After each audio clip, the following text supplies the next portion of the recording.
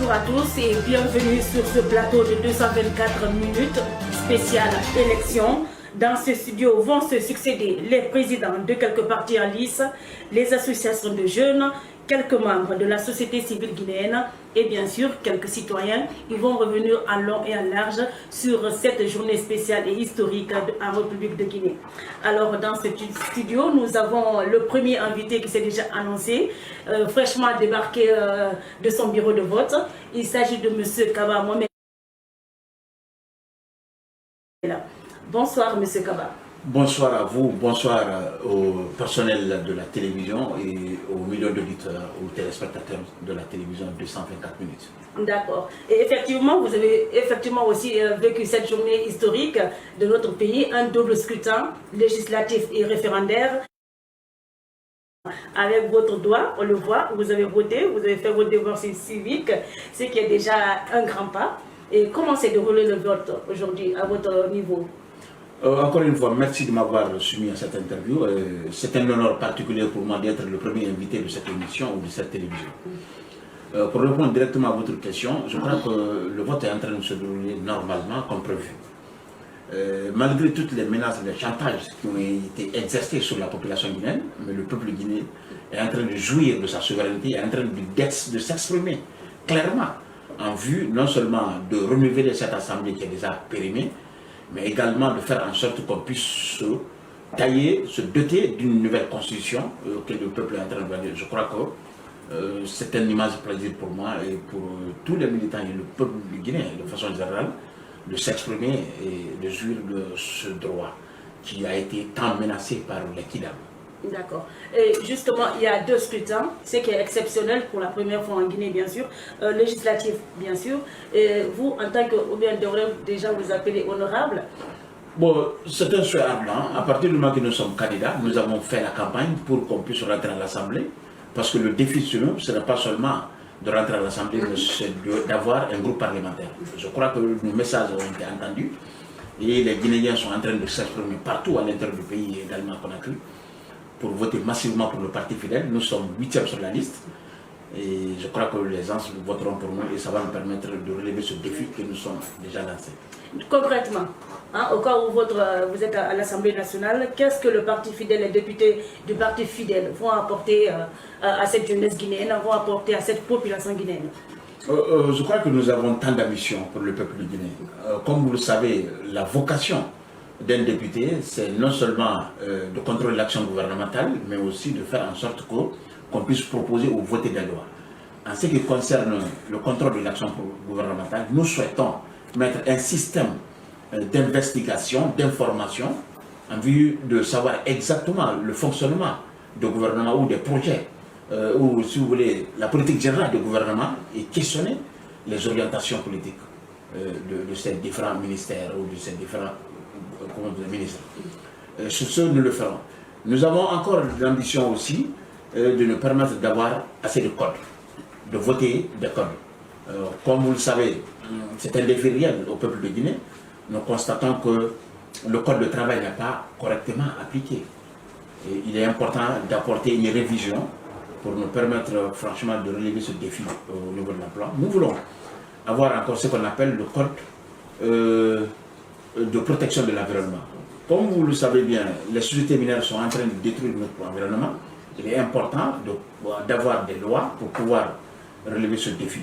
Nous souhaitons également de mettre en place une commission d'enquête en vue de traquer les bourreaux qui ont malmené les citoyens guinéens, les traduire devant les tribunaux et de les sanctionner à la dimension de la forfaiture. Donc nous pensons, nous avons beaucoup d'ambition, nous pensons encore qu'il est important d'avoir un code de loyer. Lorsqu'on sait dans les différentes locations ou dans les différents foyers, vous constaterez que lorsque quelqu'un souhaiterait rentrer dans une location, dans une maison, on lui demande parfois 1 an, 2 ans, 3 ans d'avance. Au regard du pouvoir d'achat des Guinéens, je crois que c'est extrêmement difficile et pénible. Et donc il faut apporter une correction à ce niveau. Mais lorsque vous rentrez encore, il suffit seulement de réfectionner la maison, les prix augmentent de façon exorbitante. Ce sont des choses qui ne sont pas justifiées. Donc nous souhaitons adopter ce qu'on appelle le code de loyer pour vraiment soulager des millions de compatriotes qui souffrent par se fait. En fait, aujourd'hui, on a eu deux doubles scrutins, comme je l'ai dit tout à l'heure, législatif et référendaire. La nouvelle constitution, on va en parler dans ce studio. Est-ce que pour vous, c'était nécessaire que le président de la République appelle les Guinéens à faire une nouvelle constitution, à aller au référendum? Je crois que je dois vivement remercier le président de la République d'avoir résisté au chantage des Kidam qu'ils ont exercé sur nous. Ils n'ont jamais voulu qu'on ait une constitution. Comme vous le savez, la constitution de 2010 a des lacunes réelles. Au-delà de son mode d'adoption, qui reste à désirer parce que ça n'a été signé que par un homme, un militaire, un putschiste. Donc je pense qu'il y a aussi des lacunes réelles. Nous avons besoin, franchement, de changer. Parce que dans notre analyse de cette constitution, on se rend compte que vous avez les dispositions transitoires. Vous imaginez une constitution de la République qui a son sein des dispositions transitoires. Ça veut dire quoi? Que vous avez des dispositions qui s'apprêtent à organiser l'État lorsqu'il y a un coup d'État. Ce sont des choses malsaines qui doivent quitter de notre constitution. Vous avez dans cette constitution encore ce qu'on appelle l'article 34 alinéa 4, qui peut donner le pouvoir à n'importe quelle personne de déstabiliser ce pays. Parce que cet article dit comment? Qu'en cas d'empêchement entre la publication de la liste des candidats et le premier tour, l'organisation de l'élection est entièrement reprise avec de nouvelles listes. Ça veut dire qu'il suffit tout simplement pour n'importe quel Guinéen ou étranger qui souhaiterait déstabiliser ce pays d'avoir juste un candidat dans la course, un candidat fantoche, un candidat manipulable, à qui il peut demander juste un jour ou 2 jours avant le vote de se retirer. Et si cela se faisait, obligatoirement, il faut que l'élection soit reprise, entièrement reprise. Et la reprise, selon l'article 28 encore, nous dit que le président convoque les électeurs entre 60 jours et 90 jours. À 90 jours, ça fait 3 mois. Plus un mois de campagne, vous avez 4 mois. Donc il y a une possibilité de reporter les élections à chaque fois par des simples manipulations. Donc cela, non seulement reporter une fois, 2 fois, 3 fois, finalement ça épuise l'économie même de l'administration, mais également les politiques. Donc ça veut dire que ça crée la tension, la frustration sociale, et c'est ça la déstabilisation. Donc n'importe qui peut le faire, un Guinéen ou un étranger. Cette partie doit être toilettée dans cette constitution.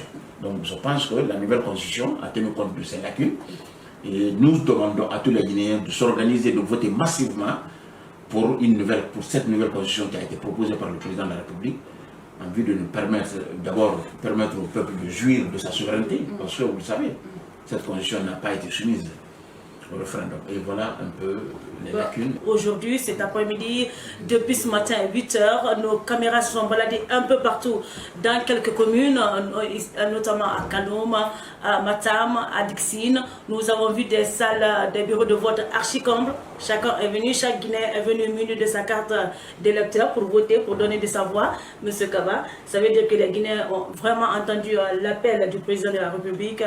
Une chose à saluer effectivement, parce que les Guinéens, on veut vraiment une démocratie, et la démocratie passe nécessairement par les urnes. N'est-ce pas, monsieur? Tout à fait. Voilà.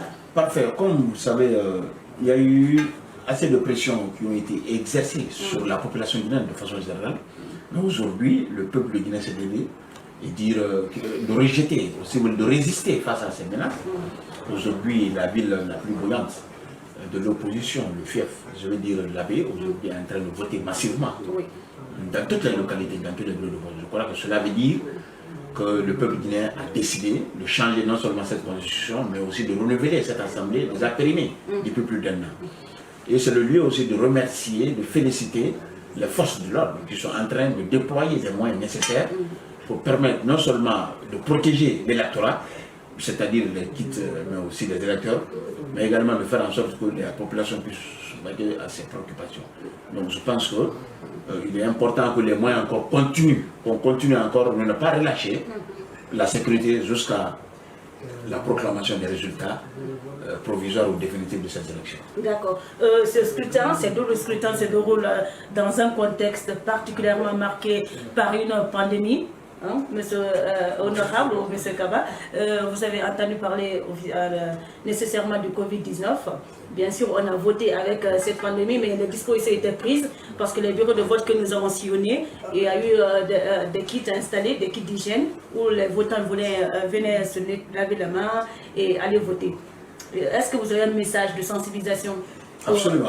pour les internautes qui nous suivent, pour les Guinéens qui nous suivent face à cette pandémie. Actualité oblige, il faut qu'on en parle, il faut qu'on sensibilise, il faut que les politiques s'y mettent et parler, sensibiliser, ne pas s'arrêter, lavez-vous les mains, ne vous saluez pas, respectez les mesures d'hygiène parce que c'est important, c'est dangereux, il y va de la santé de tout un chacun, de toute une nation, de tout un continent et du monde entier. Donc, M. Kaba, vous avez un message peut-être pour tout le monde qui nous suit sur le Covid-19? Absolument. Vous savez, ce message ne s'adresse pas seulement aux Guinéens, mais au monde entier. Lorsqu'on sait qu'une pandémie, c'est une maladie qui est en train de bouleverser les donnes partout, à l'intérieur, en Guinée, comme aussi à l'étranger. On ne peut se battre en Guinée peut-être pour trouver la solution, mais lorsque la chose n'est pas résolue ailleurs, c'est une menace.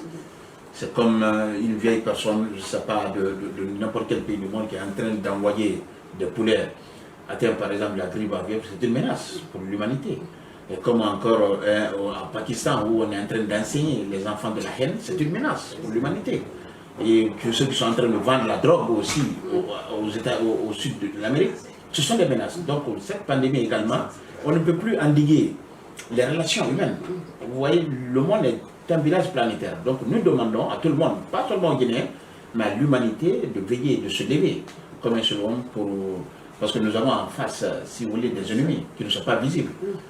Donc je pense que les Guinéens, comme aussi les étrangers, l'humanité doit obéir aux instructions sanitaires en vue d'éradiquer cette maladie qui est en train, franchement, de secouer tout le monde.